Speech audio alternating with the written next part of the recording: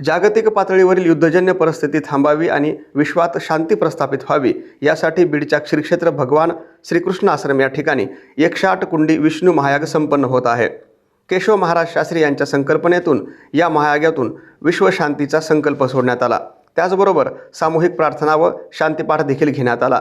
या महायागासाठी 25,000 चौरस फुटाच्या बांबूच्या यज्ञ मंडपाची देखील उभारणी करण्यात आली।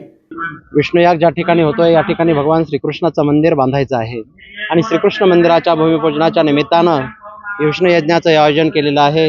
यामध्ये आजूबाजूचे बरेचसे भक्त मंडळी सहभागी होतात आणि त्यांच्यापासून यज्ञापासून हाच एक संदेश दिला जातो की सर्वत्र शांती लाभली पाहिजे, समाधान मिळालं पाहिजे, कारण सर्वत्र अशांती पसरलेली आहे, युद्धजन्य परिस्थिती निर्माण झालेली आहे, अनेक निष्पाप जीवांचा बळी दिला जातोय, अनेकांना त्याचं दुःख भोगावं लागतंय आणि या उद्देशानं प्रत्येक जीवानं आपल्यामध्ये बदल केला पाहिजे, शांतीचं वातावरण निर्माण झालं पाहिजे, या उद्देशानं यज्ञाचं आयोजन केलेलं आहे।